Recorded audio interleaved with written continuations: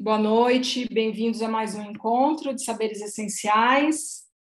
Hoje vamos receber mais uma vez o indigenista e escritor Fernando Schiavini para a terceira aula de O Tribalismo, que é também o título de um livro que ele vai lançar esse ano, onde ele fala sobre vários aspectos, né, da formação das tribos, né, que são organizações que já existem, são as organizações mais antigas, na verdade, né, de que se tem notícia na história da humanidade.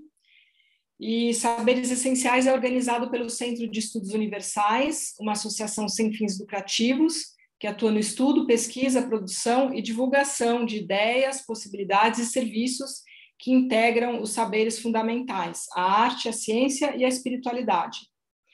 Esses encontros são gratuitos, mas você pode contribuir com essa iniciativa adquirindo os produtos da Rede Multiétnica, que é um projeto do Centro de Estudos Universais e da Casa de Cultura Cavaleiro de Jorge, para fortalecer a produção artesanal, alimentar, artística e extrativista de comunidades indígenas e quilombolas.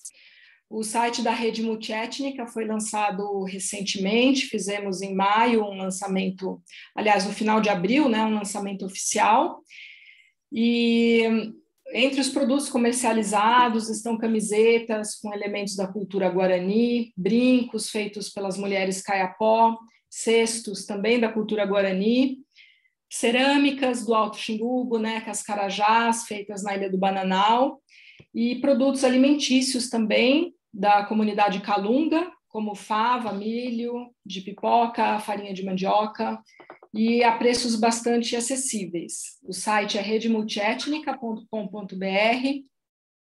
Depois eu vou compartilhar com vocês também no bate-papo, para facilitar o acesso. Então, Fernando, boa noite, bem-vindo. Boa noite. Bom saber que você está na aldeia, né? Aldeia Craô. Realmente, não poderia estar num lugar melhor, mais inspirador, né? Porque foi a cultura craô, a convivência com os craôs que me inspiraram, que me inspirou, né, a escrever a começar a escrever esse livro, a desenvolver esse tema. Um povo muito antigo. Mas vamos lá, podemos começar, então? Sim, a palavra está com você agora. Então, gente, agradecendo mais uma vez, né, ao CA1 e a todos os amigos presentes, quem tem acompanhado,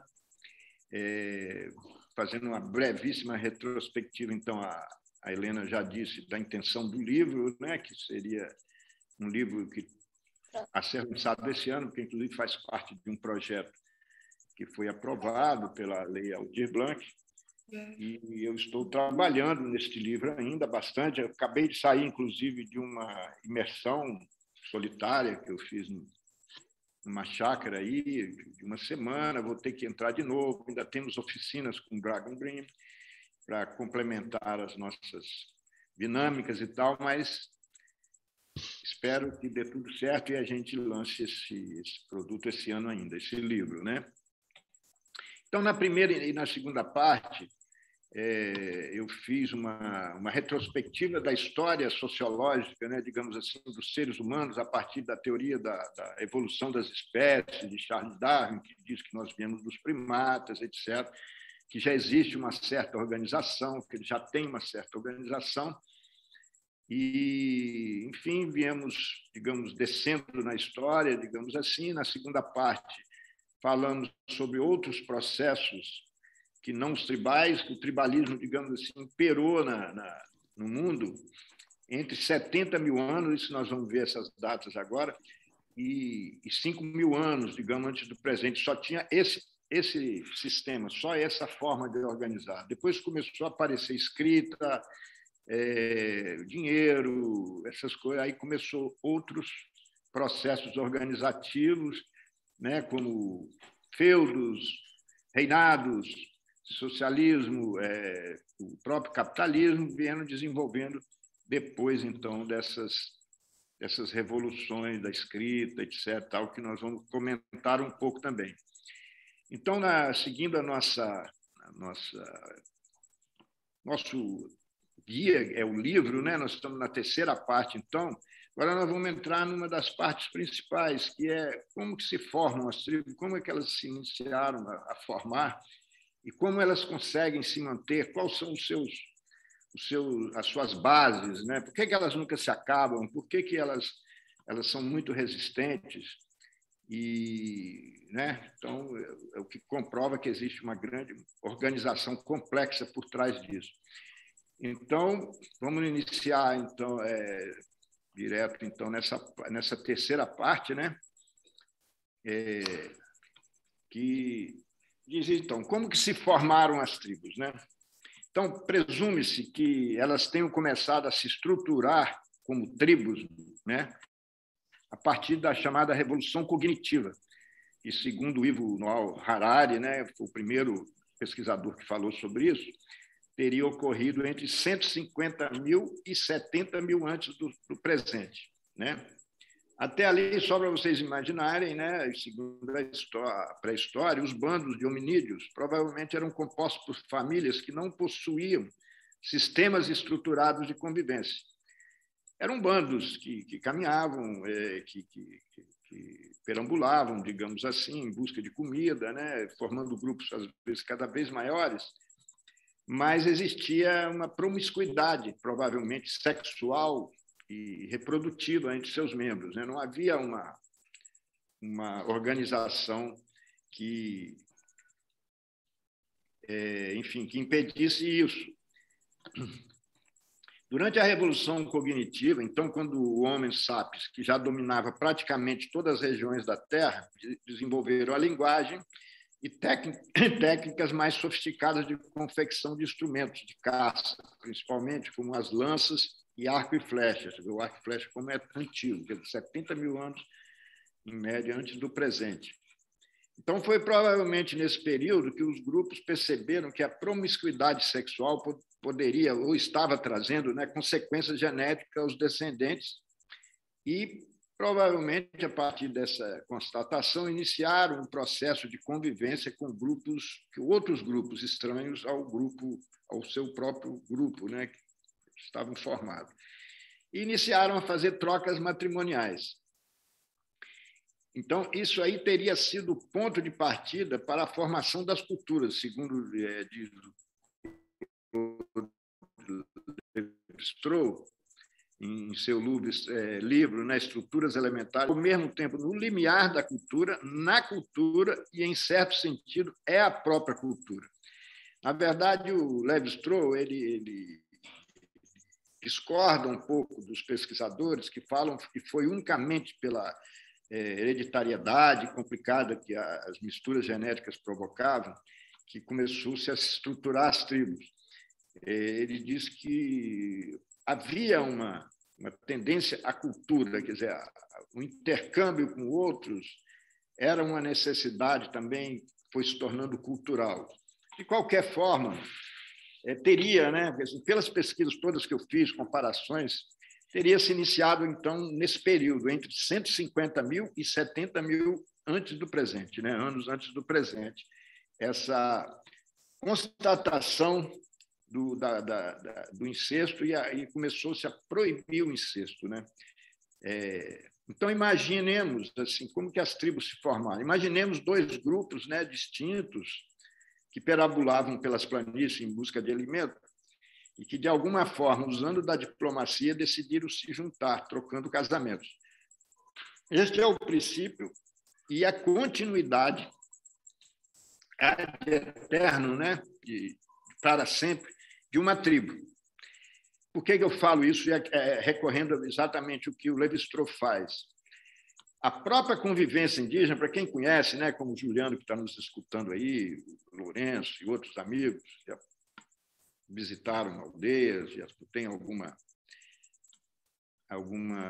como é que se diz, conhecimento mais profundo, sabem que eles são altamente diplomáticos entre eles. Então, a partir do momento que uma tribo decide se formar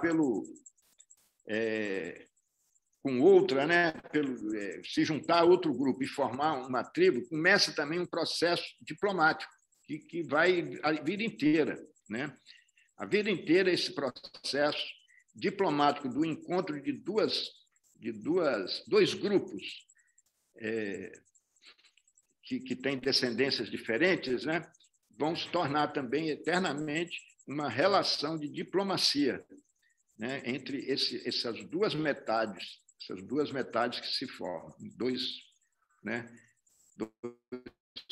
polos. Então, a partir desse pacto, né, em sucessivas gerações, esses grupos trocarão casamento entre seus descendentes, criando regras próprias para essas trocas, sempre na intenção de evitar o incesto. Né? Esse é o fundamento das tribos. São grupos fechados, são grupos que são fechados em si, mas que têm sempre a intenção de evitar o incesto. Aí a coisa vai se tornando cada vez mais complexa com o passar do tempo, né? Mas chega um ponto em que pode estrangular a questão da consanguinidade. É por isso que nós, né, todos aí, sempre ouvimos falar no passado, né, sobre o rapto, no passado principalmente, sobre o rapto de mulheres. Uma tribo ia lá, raptava mulheres de outra, entravam até em guerra para isso, traziam porque precisavam de novos sangue para dar continuidade ao grupo. Então, enfim, é por isso que existia realmente os raptos, né? Que eu acho que hoje não é necessário, mas a gente que também continua transitando entre os grupos, muitos grupos vêm e procuram casamento em outras tribos.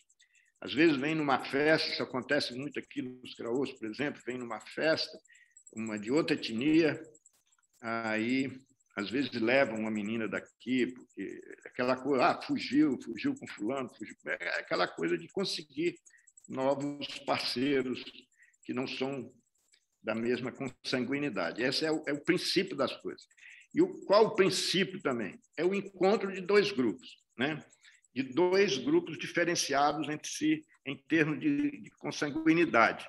Esses são os dois princípios básicos do início de qualquer tribo, até hoje, né? O Levi-Strauss fala assim, é o ponto mais simples. Dois grupos se encontram e resolvem trocar casamento, fazendo uma relação de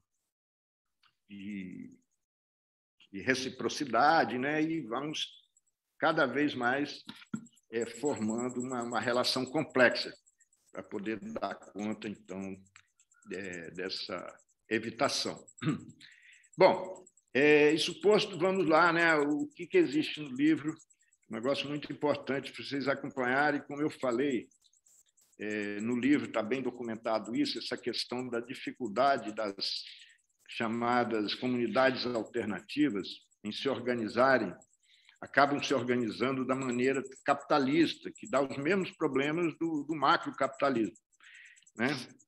Então, o que a gente propõe, porque é assim que ocorre, eu chamo de premissas. Para você ter um sistema tribal, como eles são pré-capitalistas até hoje, então tem que ter ausência de Estado, quer dizer, não existe nada que controle as pessoas ou qualquer outras instituições centralizadoras de poder. As decisões são tomadas coletivamente, tendo à frente as lideranças aceitas por todos. As ações planejadas são executadas coletivamente por grupos de trabalho, indivíduos ou famílias designados em reuniões formais e cotidianas, segundo a organização desenvolvida de cada povo, claro. As regras comuns baseadas nos costumes são fixas, mas não inflexíveis. Veja bem, as regras baseadas nos costumes gerais são fixas, mas não inflexíveis, podendo ser ajustadas permanentemente conforme as necessidades e as demandas que há na tribo. Por isso que é sem Estado e sem estatutos, né? Já pulando para o outro. Não pode ter Estado e não tem estatuto também. Não existe qualquer forma de estatutos, outras regras escritas em sociedades tribais. As regras de convivência, baseadas somente nos princípios que nós falaremos mais à frente, são fixas e transmitidas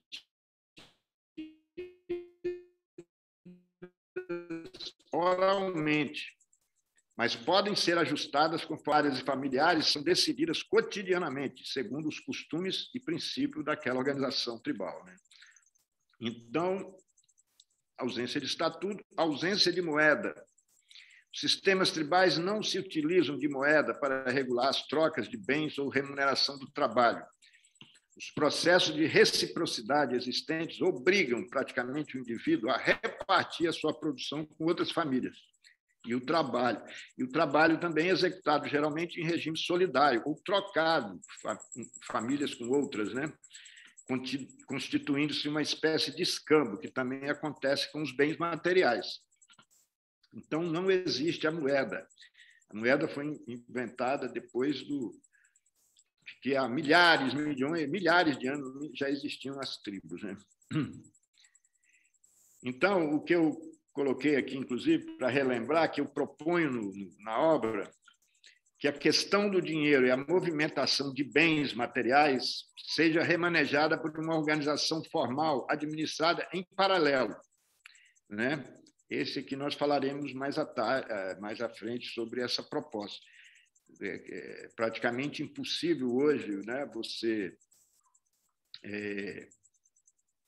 não trabalhar com o dinheiro, com a questão da escrita, né?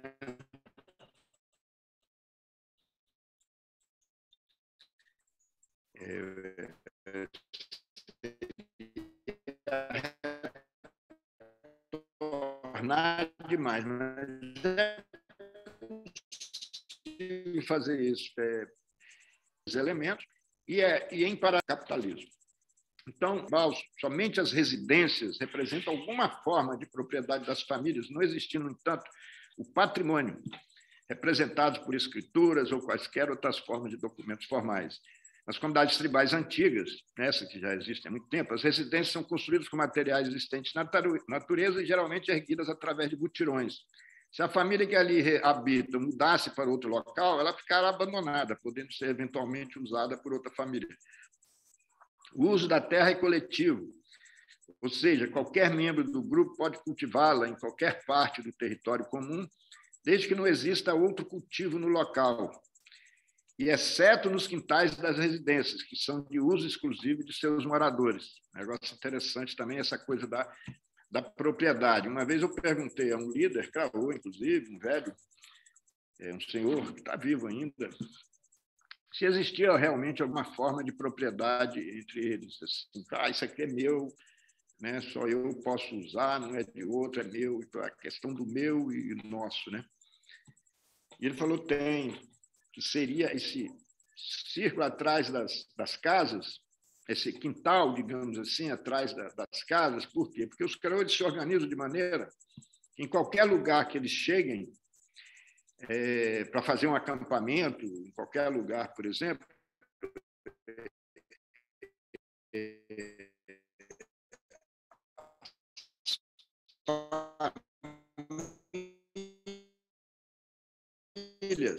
elas se localizam automaticamente onde vai ficar, onde eles vão montar. A gente se faz um círculo. Então, se é assim, segundo esse velho, né, que é uma coisa mais teórica, digamos assim, mas que ele elaborou por ele mesmo, atrás das casas, infinitamente, seria de uso exclusivo, seria tipo assim, uma propriedade daquela família. Mas é claro que é uma questão que não é exequível, mas é muito interessante essa coisa. Então, são muito poucas coisas que pode dizer que seja de propriedade, né? Aqui eu coloco que, para as comunidades que tentam se estabelecer em modelos tribais, torna-se muito importante a discussão aprofundada sobre a posse da terra e de patrimônios individuais, porque essa questão envolve um dos pilares do sistema capitalista. Isso aí também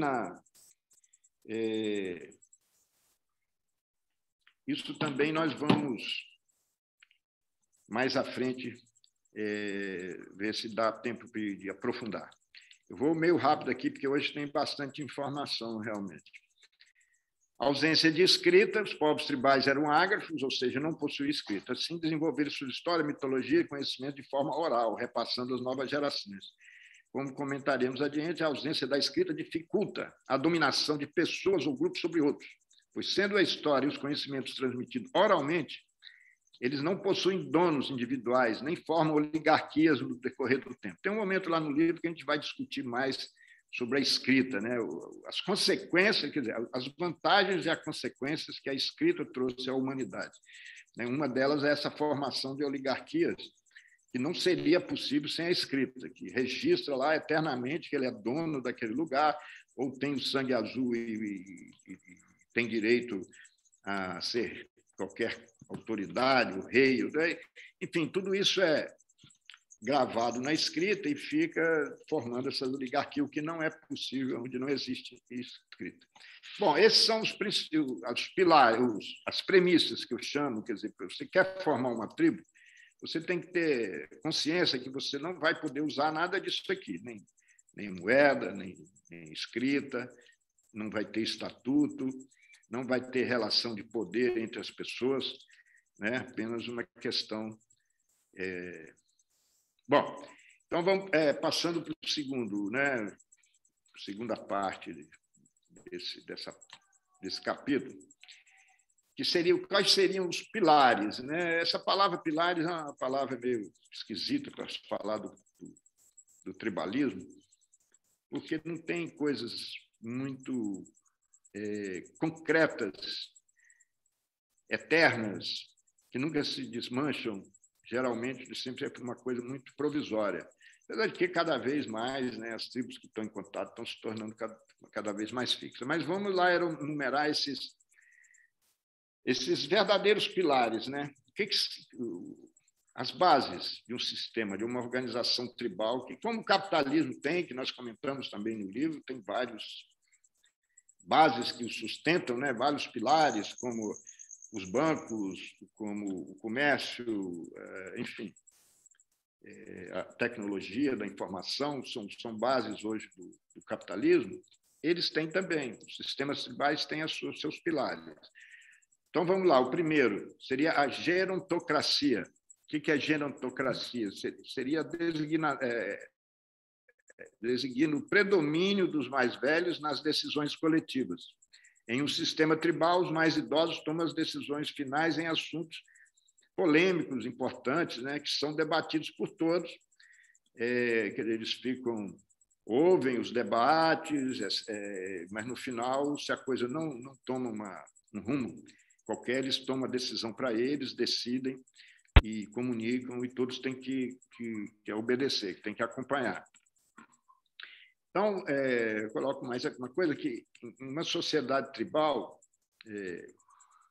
existe uma hierarquia que não é nem verticalizada, nem horizontalizada e nem somente circular. Ela é espiralada. Só para vocês terem visualizar isso, né? Os mais jovens, assim, nessas comunidades, principalmente que eu convivi, que são a base da minha pesquisa e tal, os próprios Timbira aqui, os Craú, os Chavante, os mais jovens no conselho, aqueles que se prepararam por último, eles ficam lá na periferia de um círculo que vai se fechando como uma espiral. E bem no meio estão aquelas pessoas mais idosas, as mais velhas mesmo, às vezes já em pequenos grupos, porque muitos já morreram. Então, são tipos círculos concêntricos, classes de idade. Fica tipo uma espiral. Então, isso é uma coisa que eu descobri, né, que é assim, é horizontal, ela é espiralada. Participa dos debates, mas as decisões finais são dos mais idosos. São respeitados como os detentores da memória e da sabedoria ancestral, além de possuírem, claro, mais experiência de vida. Invariavelmente, também, os idosos, os mais idosos, são os mais aptos a tomarem decisões acertadas, pois já ultrapassaram as vaidades, as disputas, né, as ambições pessoais, voltando-se inteiramente para a continuidade de sua prole e de sua comunidade. Isso a gente vê muito, né? Como em qualquer sociedade, quando é mais novo, existe uma disputa pela oralidade, por uma série de outros fatores, e quando você está mais velho, você geralmente não não leva isso mais a sério, essas disputas, essa vaidade de ganhar as questões, etc. Mas essa coisa de ganhar a questão é exatamente o número 2 da nossa aqui, que é a decisão por consenso, decisões por consenso, digamos. As decisões de uma sociedade tribal são tomadas por consenso e nunca por votação, nunca vi. O consenso deve ser buscado sempre pelas lideranças e pelos mais idosos, mesmo que determinada decisão demore dias, meses, anos, ou mesmo não sejam tomadas, né? Se não houver consenso absoluto entre todos os que têm prerrogativas digamos, de opinar, né, que são os mais velhos, que são os chefes de famílias que compõem a aldeia, não se chega a nenhuma decisão, tem que todos concordar. Isso parece muito difícil para as pessoas que habitam no meio capitalista, né, que induz ao individualismo, né? O capitalismo nos induz ao eterno individualismo, cada vez mais, a exaltação do ego. Mas em uma sociedade tribal, as pessoas estão sempre predispostas ao consenso e ao bem-estar do grupo, ou seja, o exercício continuado leva o grupo a desenvolver a cultura do consenso, já que nada importante será decidido sem alcançá-lo. Em decisões de assuntos importantes ou que se tornem polêmicos, após ouvir a todos, o consenso é alcançado entre os mais idosos, como eu já disse, né? Então, gente, só perguntando aqui, que eu baixei a cabeça aqui lendo, está indo bem? Tudo tranquilo? Todo mundo... Tá, Helena? Tudo tranquilo, né? Posso continuar? Oi, Fernando. Sim, tudo ótimo. Pode continuar. Tá. Então, decisão por consenso. A terceira seria as relações de reciprocidade, que praticamente é a mais, para mim, a das mais importantes. Porque a partir do momento em que, como nós falamos lá no início, 2 grupos não consanguíneos decidiram se juntar para formar uma tribo, começa uma relação de reciprocidade, que já começa a haver casamentos entre os membros dessas famílias, né?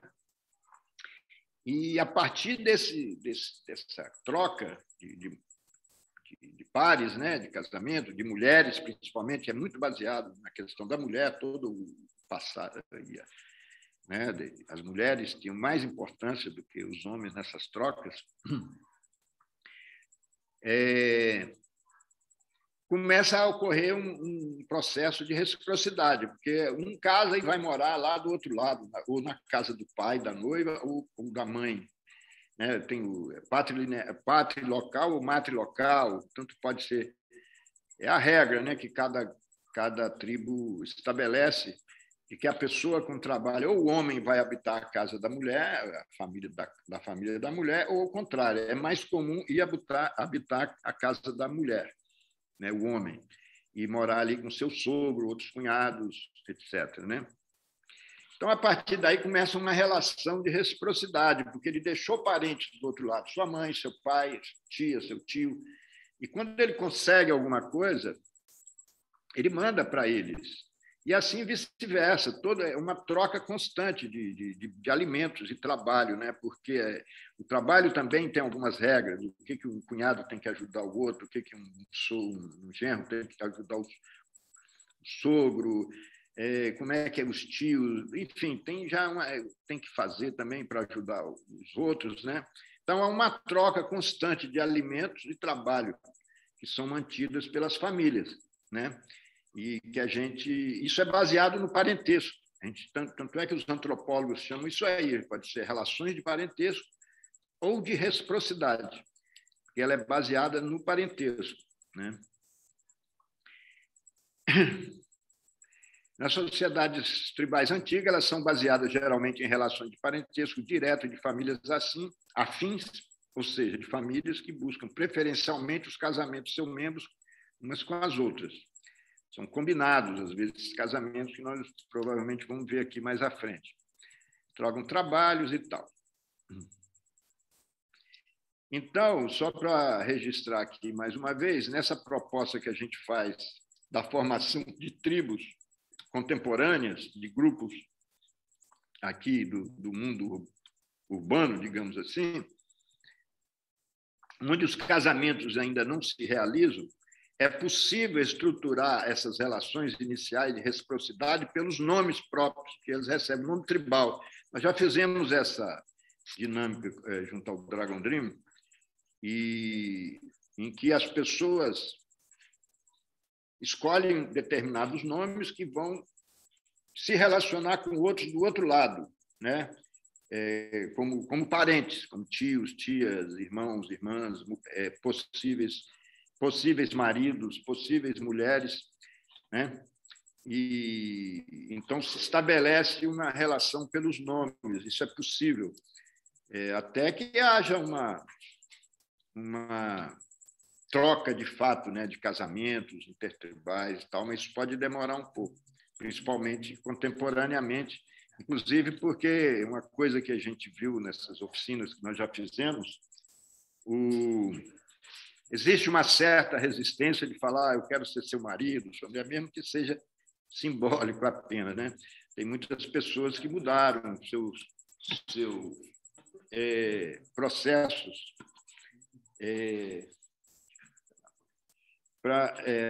mudaram, né? O mundo está aí com várias correntes sexuais, enfim, de todas as formas, então tem que se adaptar. Mas é possível se adaptar.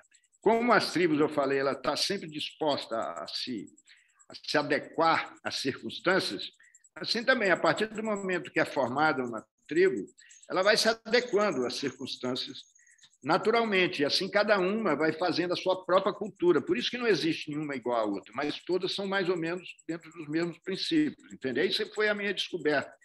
Talvez, assim, com essa ousadia de escrever um livro sobre isso, que a antropologia até hoje não pegava apenas partes, né? Reconhecendo que todas são diferentes, então não tem como comparar, mas eu cheguei à conclusão que tem muitas coisas em comum, que é isso que eu estou... Eu boto mais uma observação aqui, que para as sociedades que surgem a partir do sistema capitalista, isso deve ser trabalhado, ao menos no âmbito do sistema tribal que está sendo desenvolvido. Nesse caso, ninguém seria questionado pelo que possui individualmente no meio capitalista, mas quando estiver praticando o modelo tribal, quer dizer, dentro do sistema tribal que foi construído, mesmo que ele tenha muito dinheiro, né, ele não poderá ostentar suas posses, a não ser que deseje distribuí-las entre os novos parentes, entre aspas, né, claro que ele já adquiriu. Então, é uma questão, você não pode falar, eu quero formar uma tribo, mas eu tenho patrimônio, como é que eu tenho que... Não, você pode ter seu patrimônio lá fora, mas se você quer fazer uma convivência, você não pode ostentar isso, você tem que viver relativamente como os outros vivem, mais ou menos com as mesmas posses, né? Isso aí também pode ser decidido na formação da tribo, até onde a gente vai com a tecnologia, até onde que não vai, que tipo de conforto máximo que a gente quer, porque também a gente propõe uma coisa mais... como é que se diz? Sustentável, né?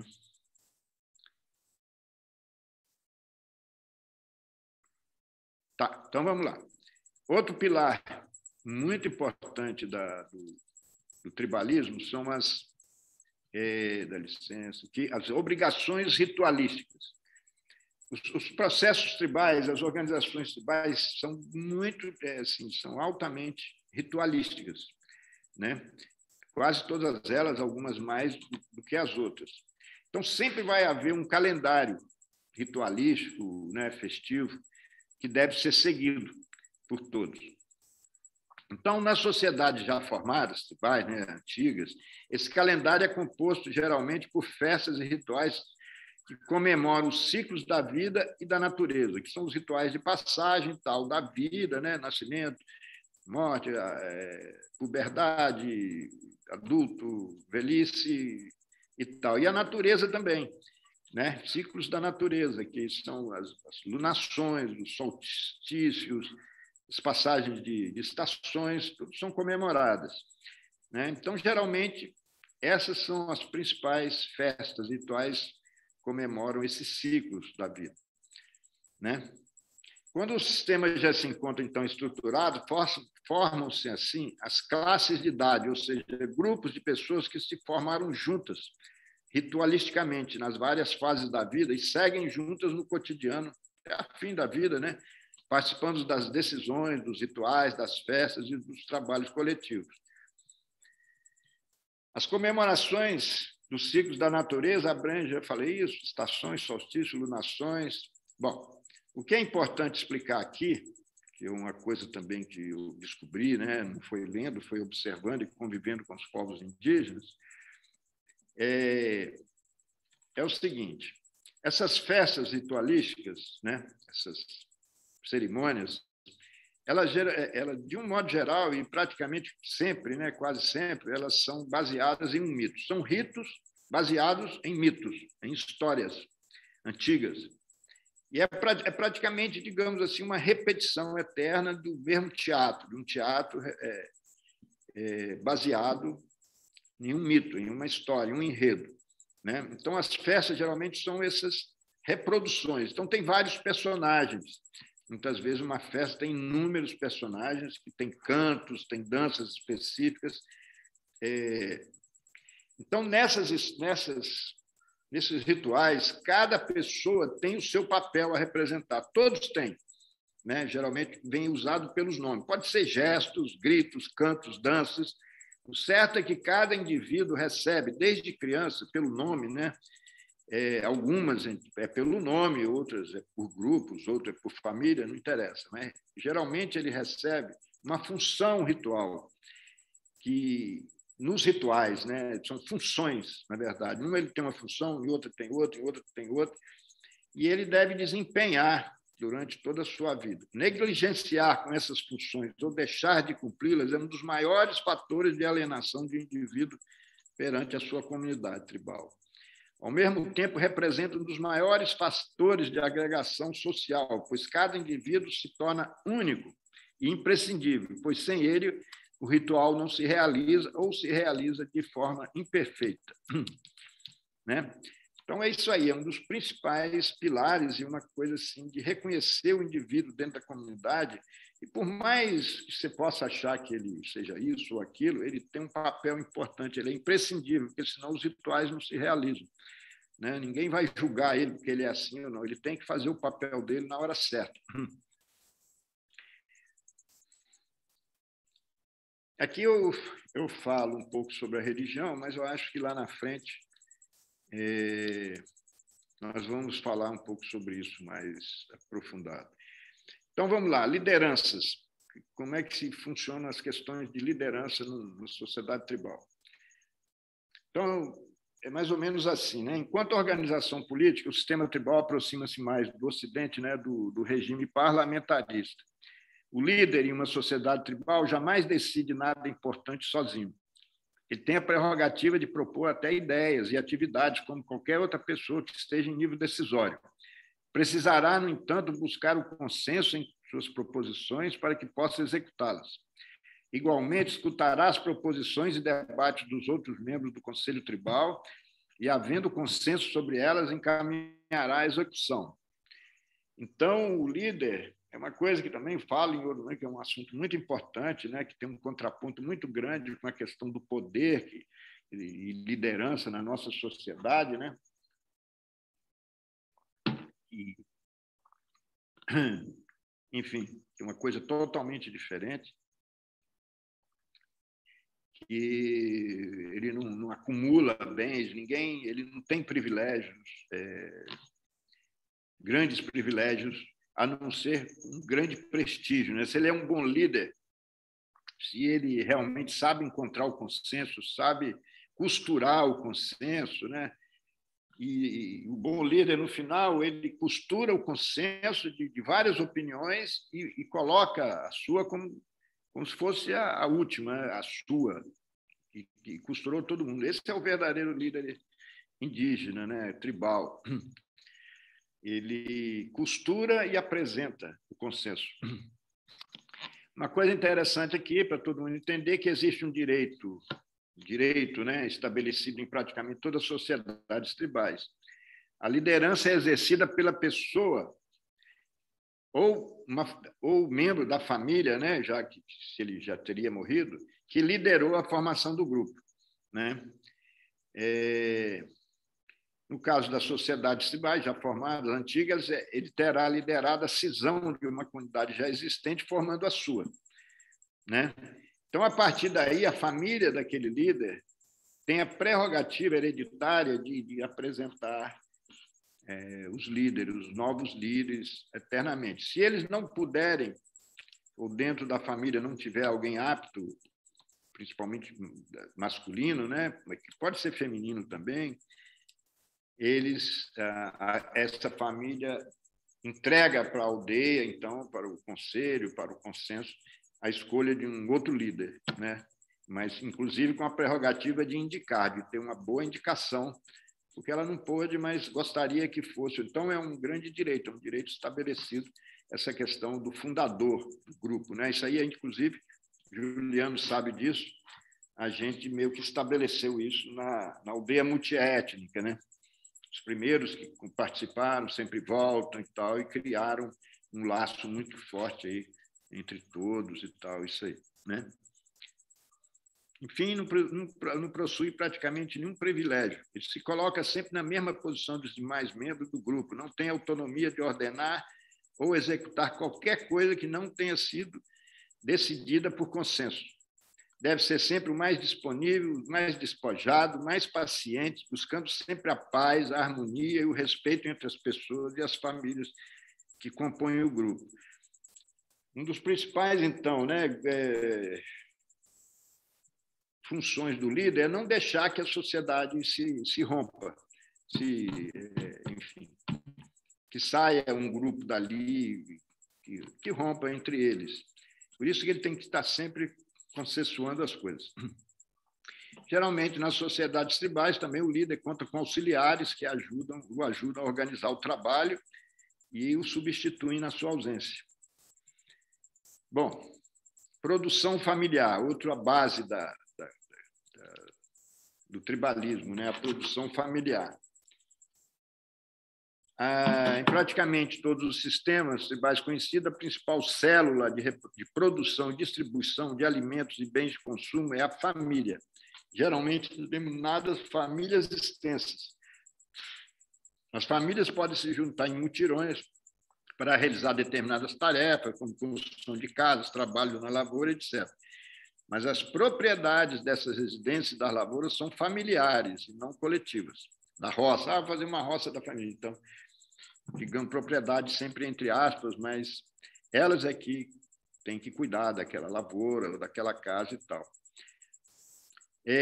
Podem ocorrer trabalhos coletivos de todo o grupo para a produção de alimentos para uma grande festa pré-programada, por exemplo, mas mesmo nesses casos a lavoura será de responsabilidade de uma das famílias do grupo, geralmente a dona, entre aspas, responsável, né, pela festa, pelo ritual. Sempre tem uma família que é responsável, que puxa. Aí vem a distribuição, né, das famílias, produzem familiarmente, e a distribuição se dá por essas regras de reciprocidade, como eu contei, um manda para o outro manda para o outro, e tudo se redistribui, e pela própria realização de festas, rituais e brincadeiras, quando as famílias trocam alimentos, ou se alimentam uma nas casas das outras, ou se alimentam coletivamente, no pátio, na praça da aldeia. Então, essa é a forma de...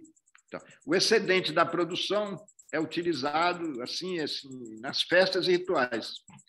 Em algumas etnias, a ritualística é tão preponderante que pode-se afirmar o contrário, ou seja, o que é excedente das festas utiliza-se no cotidiano.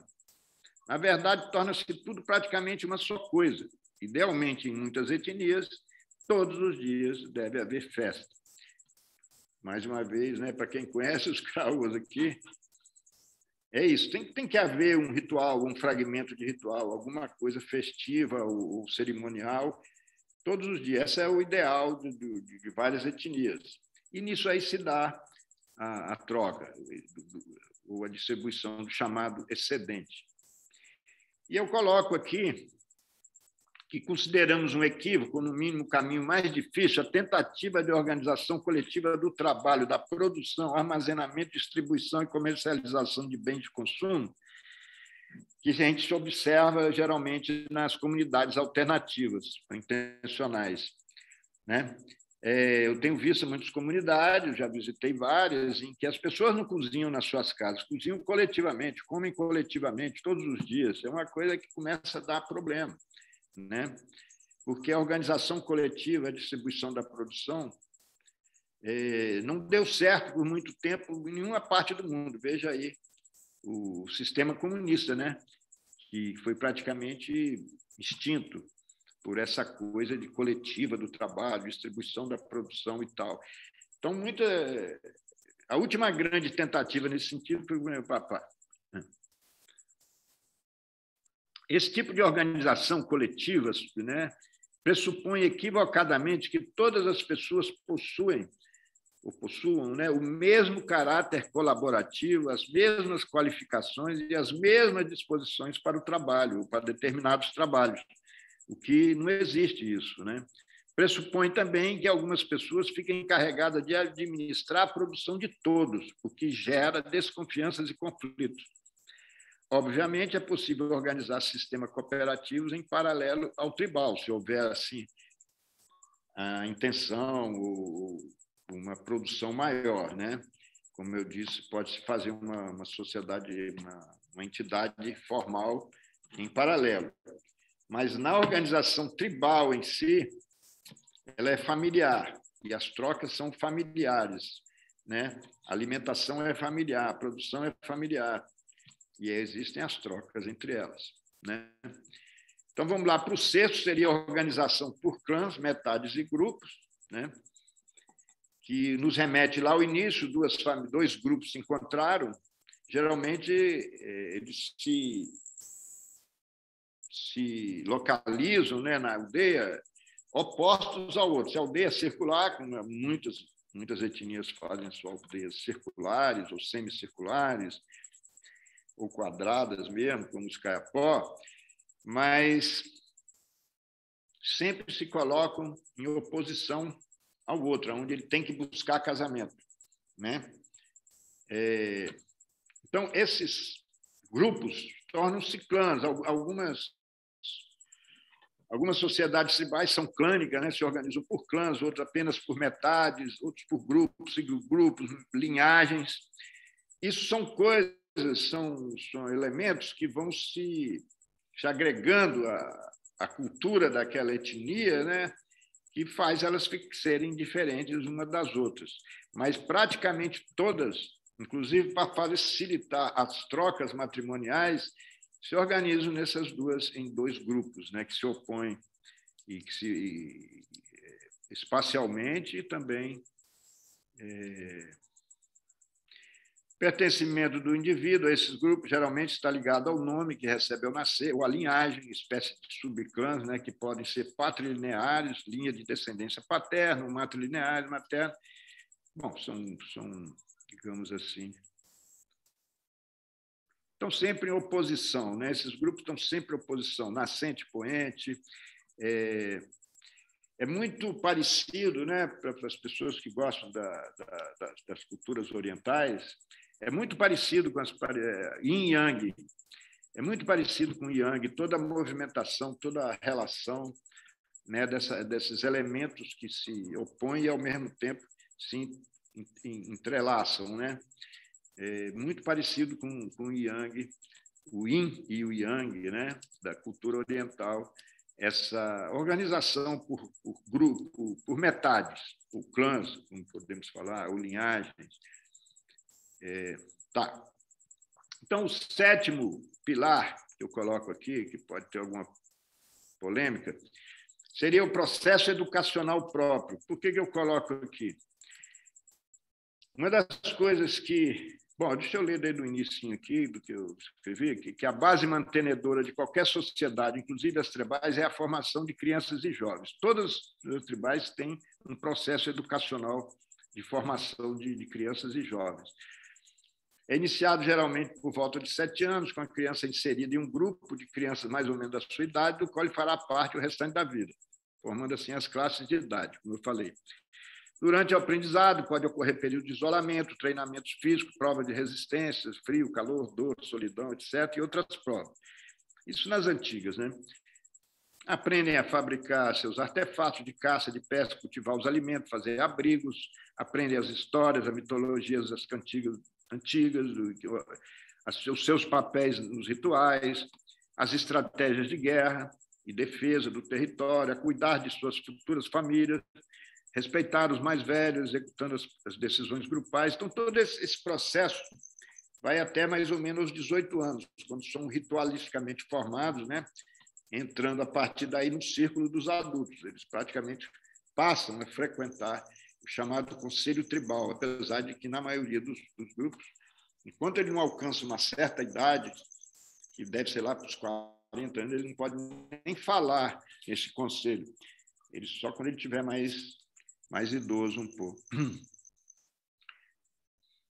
Por que eu coloquei esse aí como um dos pilares do capitalismo? Porque, ao verificar, né, ao percorrer algumas comunidades alternativas, o que a gente observou?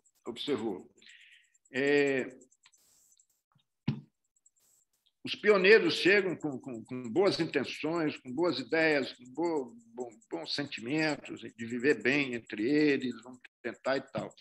Mas, geralmente, mandam os filhos para estudar na cidade, em algum local, né?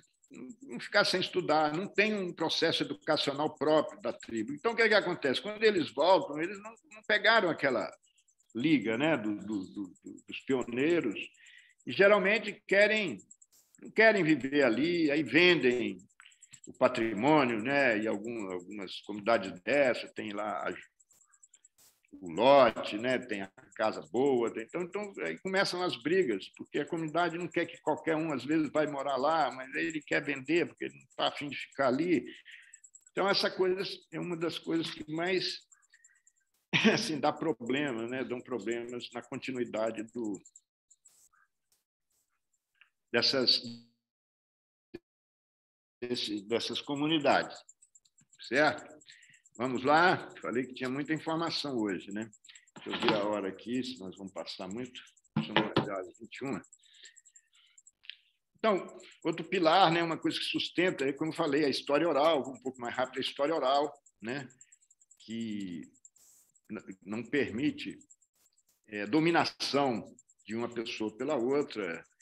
E então, tudo que corre no mundo não tem escrita, como eu falei, a dinâmica é oral, né? Vamos ficar por aqui, porque senão vamos demorar muito. Outro pilar são os nomes pessoais próprios, né? Os nomes pessoais possuem grande importância nas sociedades tribais, além de representar a continuidade da descendência das gerações anteriores, pois são repassados pelos parentes mais próximos. E, em muitas etnias, vêm acompanhados de uma série de identificações do indivíduo na organização tribal, como clãs, metades, grupos de atividades, funções ritualísticas e de parentesco. Como essas comunidades não acumulam, isso é muito importante, não acumulam bens materiais, o nome e a história dos antecessores acrescentados ao do próprio indivíduo tornam-se o único patrimônio a ser repassado aos seus descendentes. Então, aqui nos Craô, por exemplo, o homem, a mulher, né, a pessoa alcança o máximo da sua ambição na vida, digamos assim, quando ele consegue repassar todos os seus nomes, às vezes são 5, 6, 8, 10 nomes, uma sequência de nomes, não tem nunca um nome só, para os seus descendentes. Quando ele consegue completar esse ciclo, ele está tranquilo, porque ele conseguiu repassar a tradição do seu próprio nome, né, dentro do complexo da comunidade. Então, depois desses pilares, vou enumerar rapidamente algumas características gerais do tribalismo, que não chegam a ser pilares, não chegam a ser... São sinais, por exemplo, sinais identificadores, né? Todas as tribos têm, como vocês sabem, um fura a orelha, outros furam os lábios, outros fazem alguma tatuagem no rosto ou algum lugar, para que eles tenham aquele pertencimento, né? E seja reconhecido em qualquer lugar pelos da sua tribo. Tem a língua própria, né? Todos têm a sua língua, que milhares de línguas aí no mundo todo foram desenvolvidas durante os tempos, né?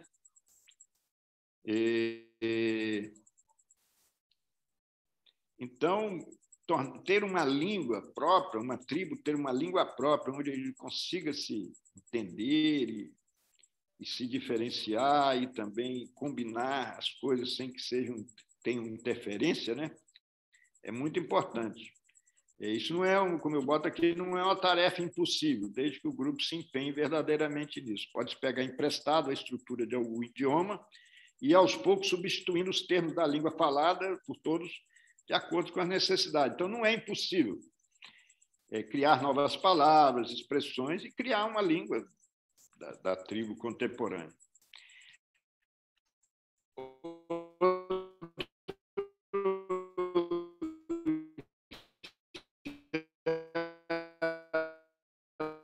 Né? Outra característica geral, como eu falei, a intenção de evitar a consanguinidade. Então, as famílias combinam os casamentos e tentam fazer o possível para que aquelas crianças, à medida que vão crescendo, eles realmente tenham uma ligação e acabem se casando, fazem tudo, as trocas de alimento, uma criança vai levar na casa do outro, o outro leva, a mulher leva também a menina, eles vão vendo, e vai criando uma situação em que eles acham normal se juntarem, né? Assim, se casarem. Então, os casamentos combinados é uma característica geral também das tribos. Coloca aqui horários, os horários sempre acompanham os horários da natureza, né? A hora que os animais acordam, os pássaros e tal. Por isso que é muito difícil, às vezes, as pessoas morarem no interior, porque o tempo é outro, né? O tempo é um tempo urbano, o tempo urbano é diferente do tempo da natureza, que geralmente essas tribos antigas acompanham, acordam 4, 5 da manhã, cantam, e também os pássaros cantam, então, e seguem esse ritmo da natureza. As famílias extensas, né? Eu já falei, geralmente são em famílias não elementares, mas famílias que juntam umas às outras pelo sogro, né? Vários casamentos dentro de uma casa só, ou de casas em um núcleo, pequenas casas, como acontece em vários lugares. A espiritualidade é muito parecida também, né? Vou ler rapidamente aqui. Nas sociedades tribais antigas, a espiritualidade é buscada, de um modo geral, nas entidades da natureza e no contato com os antepassados míticos. Bem rapidamente, o sol, a terra, a água, o ar, as plantas, os animais, os humanos, os espíritos antepassados devem viver em equilíbrio, para que tudo continue sempre existindo. Isso é reafirmado continuamente pela ação dos pajés, pela realização de cerimônias que homenageiam os antepassados míticos e celebram os ciclos da vida e da natureza. Não há um Deus, né, a ser cultuado, messias salvadores, hierarquias ou dogmas permanentes. Acredita-se na existência de um grande espírito que a tudo permeia e nas leis imutáveis da natureza, que devem ser seguidas e celebradas. Quando o indivíduo falece, seu espírito irá habitar o cosmos, em algum lugar com seus parentes. Pode retornar na forma de pessoas, de animais, de plantas, até que o ciclo da alma se complete e se integre novamente ao universo. Isso, né, mais ou menos as coisas incomuns que as sociedades tribais antigas têm relativas à espiritualidade, principalmente com relação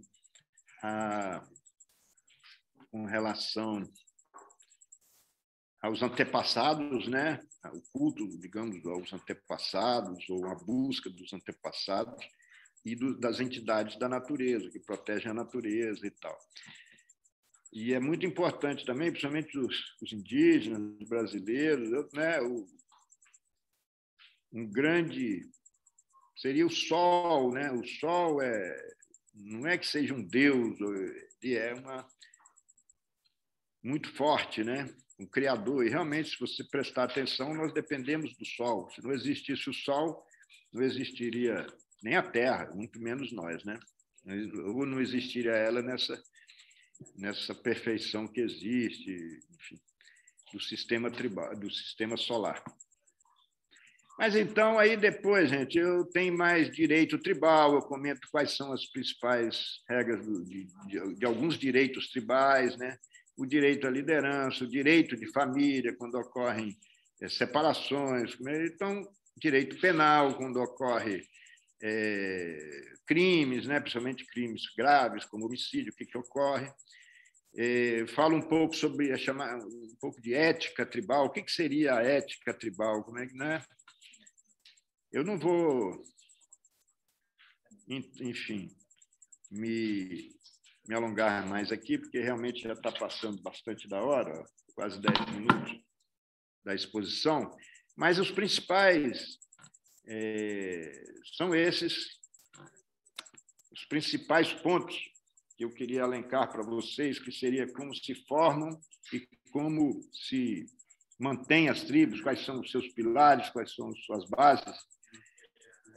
Foi basicamente isso que eu quis transmitir hoje. É bastante coisa, é bastante complexo, não sei se deu para vocês pegarem, mas ficamos à disposição aí para esclarecimentos, para perguntas, dúvidas. Estamos aí.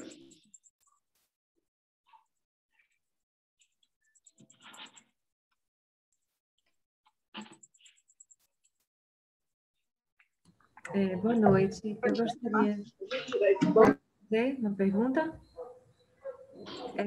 sobre o espiral.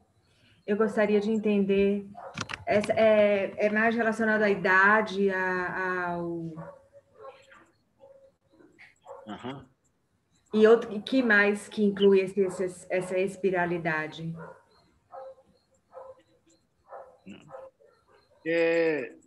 A espiral como eu falei, são classes de idade, né? Geralmente os povos assim, eles formam classe de idade. As crianças da mesma idade são colocadas em um grupo desde o início da sua formação, e aí eles vão seguindo sempre aquele grupo tem nome, esses grupos têm nomes próprios. Eu faço parte desse grupo e eles vão envelhecendo. E à medida que eles envelhecem e à medida que novos rituais de novos levas, né, de jovens vêm para o conselho, ele anda mais, ele se mexe um pouquinho mais para o centro. E aqui eles sentam na periferia, eles já não estão na periferia. Terceiro ano depois, ele está um pouco mais no centro, no quarto no centro, até que ele chega no centro mesmo, dos mais velhos decisórios. Entendeu? Então, é assim que se forma essa espiral. Constante movimento, né? Constante movimento. Porque no máximo de 5 em 5 anos há uma nova formação desses jovens que vão ocupar lá a periferia, e ele vai chegando. Esse modelo, né, tanto aqui nos Timbira, os povos do Cerrado, né, eu presenciei entre os chavantes, é um negócio fantástico, né? Assim, e o respeito que se tem, como eu falei, um jovem, ele é colocado aqui para ele vai só ouvir durante, no mínimo, uns 20 anos, até vários grupos entrarem e ele mais para o centro, ele já se torna um pouco maduro, ele pode levantar e colocar alguma proposição no conselho, né? Então, é um negócio muito sério. Há uma escuta. Mas é mais por aí. Muito obrigada, Fernando. Falou. Mais alguém? Oi, Fernando, é a Helena, vou falar um pouquinho. Eu nunca pergunto nada, mas eu achei bem interessante, né? Eu estava curiosa mesmo em saber como que são feitas, né, essas organizações, o que seria a base, né, que faz com que essas organizações se mantivessem, né, durante tanto tempo. Aí você colocou hoje, então, várias características, né, que acho que formam essa união, né, principalmente a questão da família, assim, me chamou a atenção. E aqui na sociedade urbana onde a gente vive, por exemplo, as pessoas casam e saem de casa, né? Elas saem para formar as suas famílias pequenininhas, ou a pessoa vai morar sozinha, ou tem um filho, depois separa, fica sozinho, né? E nas comunidades indígenas, né, como eu vi em algumas assim que eu visitei, as famílias vão crescendo e eles continuam morando dentro da mesma oca, né? Eles só abrem mais um espaço para ir formando ali um núcleo familiar, então eles vão crescendo ali mesmo, né? Ficam os avós, os bisavós, pai, mãe, filho, tio, todo mundo, primo, né? E acho que, então, esse é um dos motivos, né? E as famílias, aí cada uma fica responsável por uma parte da festa, da alimentação, né? Acho que isso mantém, assim, um laço de união entre eles. Não que seja fácil também, né? Que eu já vi que, às vezes, tem umas situações, assim, que é difícil também você ficar dentro... ali, né? Assim como todo ser humano, né? Acontece de ter, assim, às vezes alguma desavença, alguma situação ali, mas de um modo geral eles se estruturam assim, né? Acho que até para dar conta, né? De todo esse trabalho que eles fazem, né? Muito trabalho manual, muito trabalho braçal, seja na agricultura, seja no artesanato, né? Mas eles deixam também ao mesmo tempo as crianças assim mais soltas, né? Não fica tanto em cima ali das crianças, as crianças ficam brincando na delas ali, mas vi crianças também trabalhando, né? Já desde criança já aprendendo ali as atividades. Aí outra coisa que me chamou a atenção também foi quando você falou que eles então usam brincos, né? Furam a orelha, furam o queixo, furam para manterem assim uma unidade, e por isso que a gente vê também as tribos urbanas, né? Que a gente chama de tribo. Aí tem lá a tribo dos tatuados, né? A tribo do rock. Eles têm essa identidade, né? Cada tribo tem as suas características, né? Para eles se identificarem aí entre si, né? Então a gente aprendeu muito aí com as tribos, né? Pelo menos nessa parte aí que a gente fala, né? Das tribos urbanas, né? Aí eu queria que você falasse um pouquinho sobre isso, sobre essas tribos, assim, sobre como a gente trouxe um pouco para cá algo que possa ajudar a fortalecer também as culturas aqui. Pois é, o que eu considero, né, quando eu ouço falar assim, tribos urbanas desse tipo que você falou aí, tribo de roqueiros, tem até um grupo chamado tribalistas, né, os tribalistas, não sei nem se existe aí, não existia. Não são tribos verdadeiras. Pegaram o nome de tribo que tem essas características em comum, vestem às vezes as mesmas roupas, usam os mesmos objetos, fazem, né, mais ou menos as mesmas. Mas não é estruturado. O que a gente propõe no livro, né, é um pouco difícil a gente... um pouco não, bastante difícil a gente resumir um livro em 3, 4 palestras, em 1 hora e tal, porque tem muito mais coisa. Mas são tribos estruturadas. O que a gente está propondo são tribos mesmo, estruturadas, com relações de parentesco, com relações de reciprocidade, mesmo que estejam distantes, mesmo que estejam, inclusive, virtualmente ligadas só, e não presencialmente. Mas tem obrigações umas com as outras, entendeu? Tem um critério de obrigações que vai ser revelado, o que um tem que fazer pelo outro, em que se comungado com as dinâmicas que nós estamos desenvolvendo com o Dragon Dream, eles terão uma semana, um grupo presencial, ficar junto, 24 horas ali, formando a tribo, fazendo sistemas, tem até no final quase um juramento e passar a noite juntos, enfim, tem um ritual em que espera-se que as pessoas tenham um alto grau, a partir daí, de empatia umas com as outras.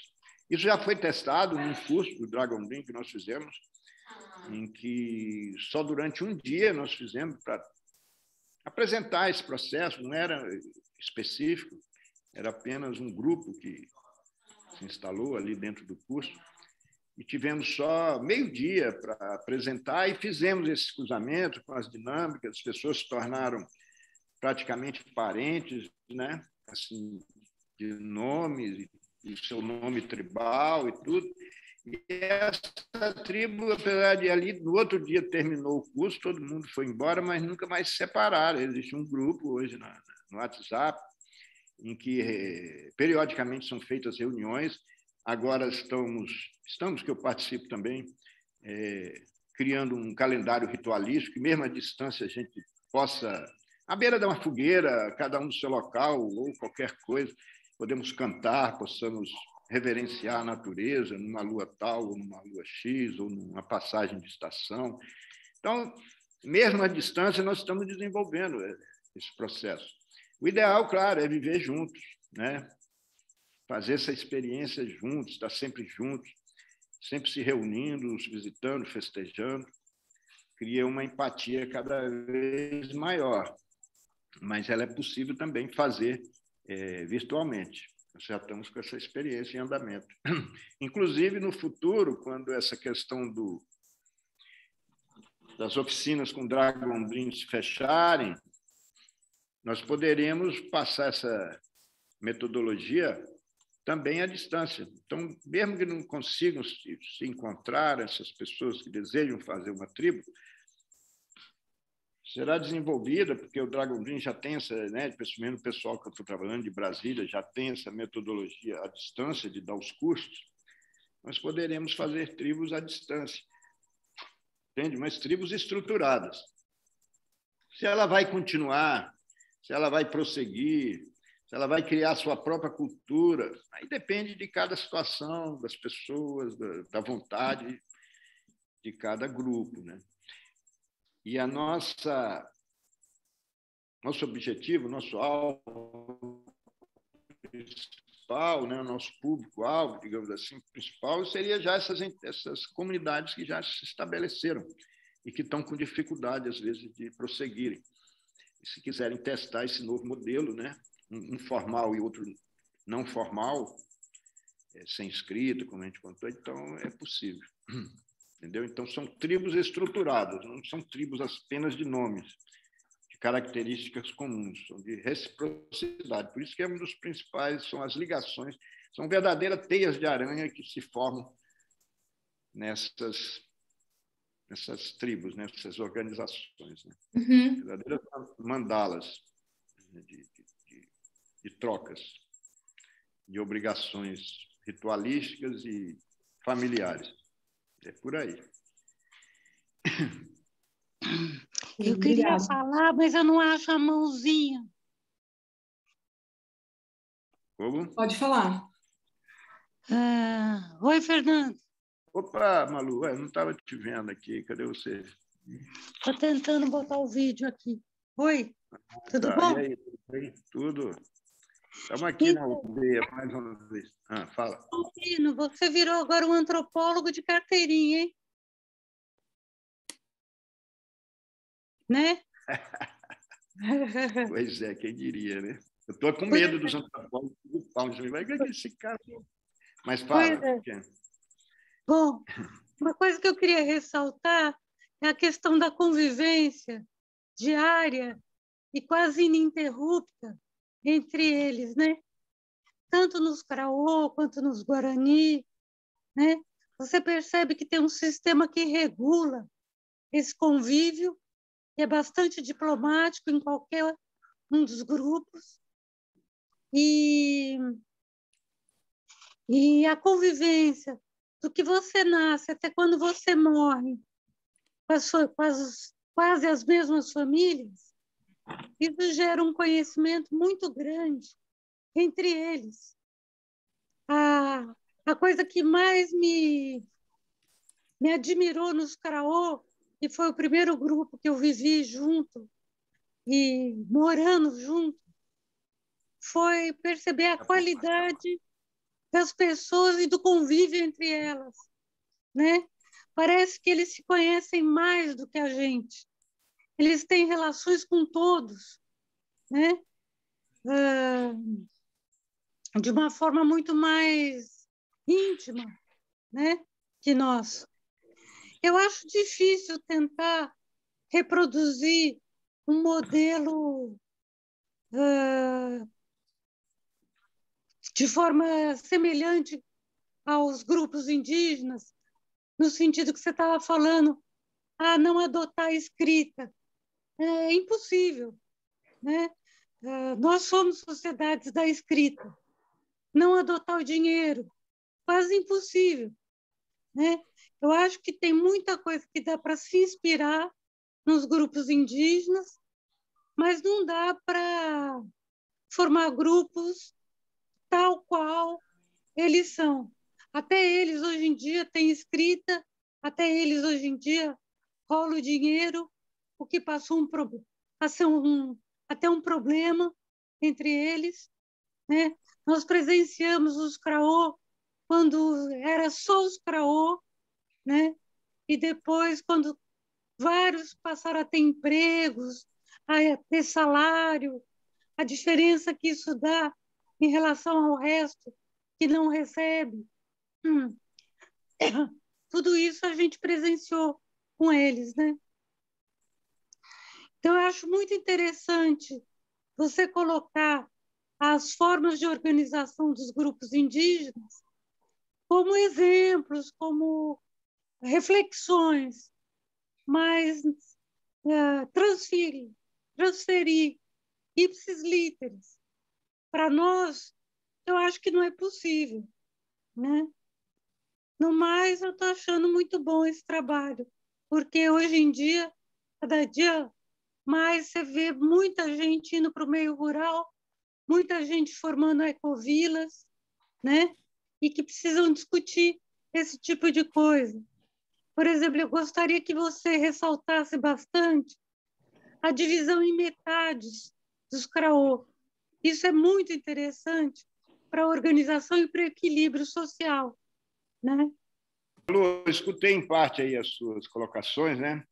Não sei se ficou coisa importante para ouvir ainda, mas quando você fala assim, né, sem escrita, não é possível mais sem moeda, sem dinheiro, sem escrita. Por isso que você também meio que me contestou. Mas por que não contestar o capitalismo? Porque a maioria das pessoas hoje, dificilmente, inclusive as comunidades tribais, indígenas, sem o uso do dinheiro, é muito difícil. Então, não é uma ruptura com o capitalismo. O que eu proponho é que esses materiais, mesmo os CRAOs que você presenciou aqui, na década de 80, 90, né, o início dessa entrada de dinheiro e tal, mas até hoje, olha que eu estou aqui numa aldeia CRAO, eu nunca vi os CRAOs. Primeiro, fazer uma ata de reunião no centro da aldeia. Eu nunca vi eles trocarem dinheiro. Então eu devo para você, assim, formalmente, no centro da aldeia, usar dinheiro. Eu nunca vi eles, enfim, usarem a escrita, o dinheiro, apropriar. Continua a mesma coisa. Eles fazem isso através de uma associação. Mas porque eles são os CRAO. Não, eu estou dizendo que eles fazem isso por uma entidade formal. Quase todas as aldeias hoje, etnistas, têm associações, fundações, institutos, seja lá o que for, que vai fazer esse trâmite com o capitalismo. Os povos indígenas hoje, né, eu escrevo isso no livro também, eles têm dupla cidadania. Eu considero eles como dupla cidadania dentro do Brasil, né? Eles se submetem, a maioria se submete a um processo já no nosso sistema, né? Tanto mais individualmente, e às vezes até também coletivamente, mas o indivíduo também tem as regras tribais de casamentos, de trocas, de tudo que ele tem que se também observar. Então, eles navegam em dois sistemas. Essa foi a minha sacação, que eu fiquei com esse livro travado há muito tempo. Como é que vai ser possível realmente não usar a escrita, não usar? Como é que esse pessoal vai viver? Como é que vai realmente? Então, eles mesmos me deram o caminho, que é as entidades paralelas que eles constroem e com isso conseguem dialogar de alguma forma, buscar recursos, Mas isso porque eles são eles. A tradição deles é muito mais forte do que os elementos que entram os nossos. Uhum. Agora, transferir isso para o nosso caso é impossível. Eu nunca vou querer deixar de ler, eu nunca vou querer deixar de escrever. Não, né? Você não entendeu. Acho que a maioria das pessoas que estão buscando viver assim, elas não pretendem abrir mão disso. Ou, não sei se é saudável abrir mão disso, acho que não. Né? Não, mas não precisa abrir mão. O que eu falo são nos processos decisórios. Não é a escrita, não há moeda, não há nenhuma forma de coerção. Nos processos decisórios. Você está na sua casa, você está usando o seu computador, está lendo, não tem problema. Mas eles também fazem isso, mas quando vão para as decisões, Isso não é utilizado. Não é nada disso é utilizado. Mas quando voltam para casa, daí todo mundo com televisão, com aparelhos de todo tipo, né? Isso não é problema. Esse é o problema das decisões, é que separa. Bom, aqui nós decidimos isso. E na entidade formal nós decidimos outra coisa. Vamos conversar lá fora, vamos buscar lá fora. Isso funciona perfeitamente. Claro, eles estão... Assim como nós temos que aprender a viver tribalmente, digamos assim, coletivamente, eles estão aprendendo a formar essas entidades e a trabalhar com elas, o que não é fácil para eles.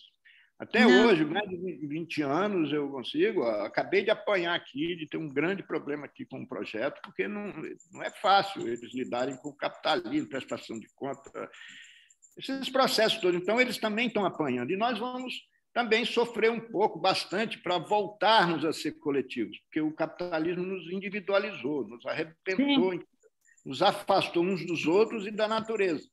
Que é exatamente sim, o que eles conseguiram manter, junto à natureza e íntimo com as pessoas, a intimidade com as pessoas.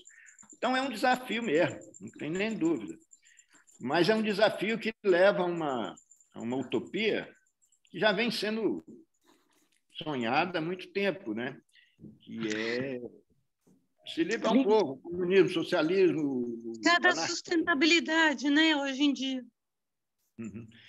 E cada grupo que se formar, junto a essas dinâmicas que nós estamos desenvolvendo com o Dragon Dreaming, que vai poder definir tudo. Nós queremos viver assim, até onde nós queremos ter o máximo de conforto. Eu quero ir, mas não quero... Não, vamos decidir. Então, queremos o máximo, vamos ter conforto.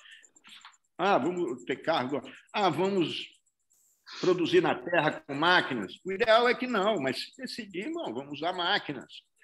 Mas, geralmente, as pessoas estão procurando coisas mais saudáveis, mais sustentáveis, né? Sustentáveis. Isso depende, então, da dinâmica que é aplicada no grupo, quais são os princípios da tribo, quais são os valores. Pois, Alana, a gente começou a fazer isso, mas ainda falta complementar. Uma coisa mais... Sim. Enfim, costurada mesmo. Eu acho que caiu quando eu estava falando que eu acho que seria muito interessante você contar bastante sobre o sistema de metades e de como isso gera o equilíbrio social, né? As governanças, né? O Katamiê, o Acmeiê, contar todo o sistema de metades, como funciona dos Karaô. Acho que isso seria muito interessante para vislumbrar o sistema de equilíbrio social, né? É por aí. Isso que eu falei, né? Chega a ser muito parecido com Yin e com Yang, né? São dois opostos que se complementam. Você tem que viver em complementação constante. Isso aí é conquistado através dos rituais, no caso das corridas de tora, sempre tentando alcançar esse equilíbrio entre os dois polos, né? Os nascimentos, né? Que ganham os nomes conforme a época do ano, né? E os parentescos de padrinhos e afilhados, tudo isso gera uma liga social muito interessante, né? Claro. Que cria as relações de reciprocidade, como eu falei, né? Sim. Criando aqueles laços de reciprocidade durante as cerimônias, durante o cotidiano, enfim, sempre existindo as ligações entre o polo e o outro, né, principalmente. Eu acho muito legal essa relação de padrinhos e afilhados, né? Você tem o mesmo nome que o seu padrinho, e em todas as aldeias que tiver aquela pessoa com aquele nome, você vai considerar os mais velhos como seus padrinhos e os mais novos como seus afilhados. Todos aqueles que tiverem o seu mesmo nome, né? Isso é maravilhoso, né? Os Karaô, na verdade, não são padrinhos nem afilhados, são o tio, né? O tio ou a tia que transfere seus nomes para para as crianças. Então, é uma relação de tio. E o tio e a tia têm mais importância na educação da criança do que os próprios pais, né? Porque ele leva o nome, ele tem que repassar a tradição do nome nas festas, enfim, a história daquele nome, quem foram os antepassados daquele nome que se destacaram. Então, os nomes têm um grande valor, né? Uhum. Grande valor aí nessas sociedades. Regulam muita coisa, regulam quase tudo. Sim. Mas tudo isso vai ser realmente exposto, né? Bom, e aí, Helena? Então tá, Fernando. Então, um abraço. Um abraço, a gente vai conversando. Tá bom. Conversando.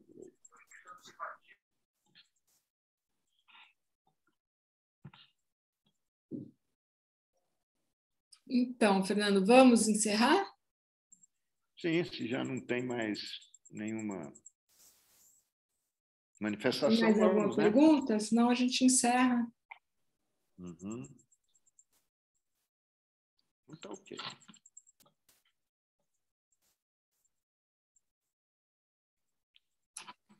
Então, obrigada, Fernando, por mais esta aula. Fernando Schiavini volta daqui 4 semanas com a última palestra da série O Tribalismo, na qual ele vai falar mais especificamente sobre como é possível formar e manter essas organizações tribais utilizando metodologias participativas como Dragon Dreaming e sociocracia, e como é possível conciliar o sistema tribal com o sistema capitalista. Na semana que vem, traremos o psiquiatra e psicoterapeuta Paulo Machado, que vem falando em nossos encontros sobre a dança das polaridades. E vocês podem conferir a programação no site cela1.org.br e apoiar as lives de Saberes Essenciais, adquirindo a produção artesanal, alimentar e extrativista de povos indígenas e comunidades tradicionais por meio da rede multiétnica.